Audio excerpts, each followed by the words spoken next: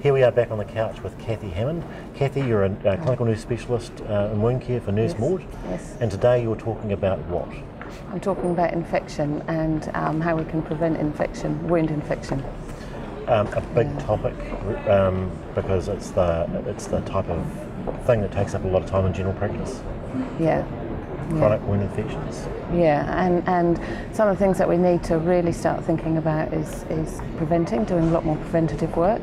So looking at who are the people who are most likely to get an infection and then put early intervention in. So what type of people? Yeah, so the people that are most likely get infections, people with comorbidities, things like diabetes, heart disease, anything called anemia, any way that they would be low in oxygen, smokers, obese patients, those sorts of people. So those patients are getting, so the infection is caused, the entry is from the breaking of the skin normally? Yeah.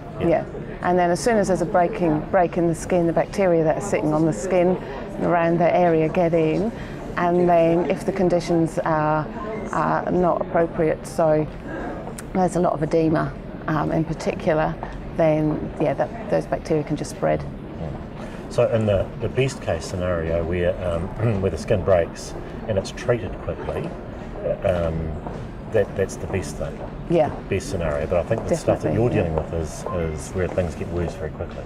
Yeah, and particularly those chronic wounds and the wounds that then we get biofilm build-up, and when you've got biofilm build-up, it can be really hard to get rid of that, and it prevents the antibiotics working too.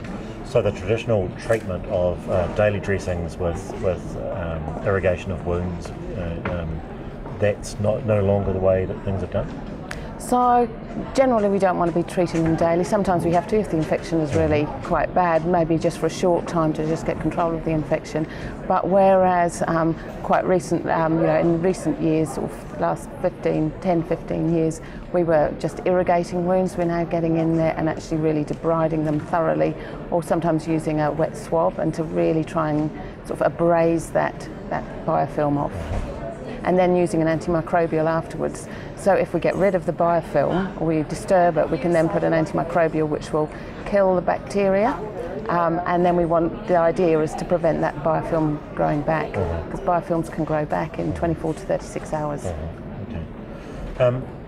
Where can people go for more information? What's the best way for a GP or practice nurse to get more information on this? Okay, there's a few. There's wound care specialists in all the main centres, and I think that's really, really important that GPs are linked into their wound specialists around the country.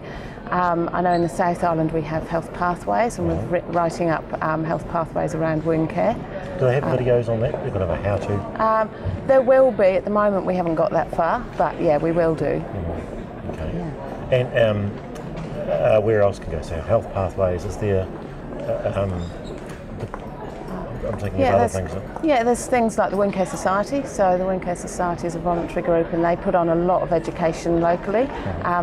Generally we have nurses coming. It's very rare we have doctors coming to those, so it would be really nice to start encouraging GPs to come into those. Yes, okay. Yeah. And you're got 2 sessions on today? Yes, I have. So one is around wound infection and what you need to know. The other one is around preventing acute wounds becoming chronic, and that's with the practice nurses.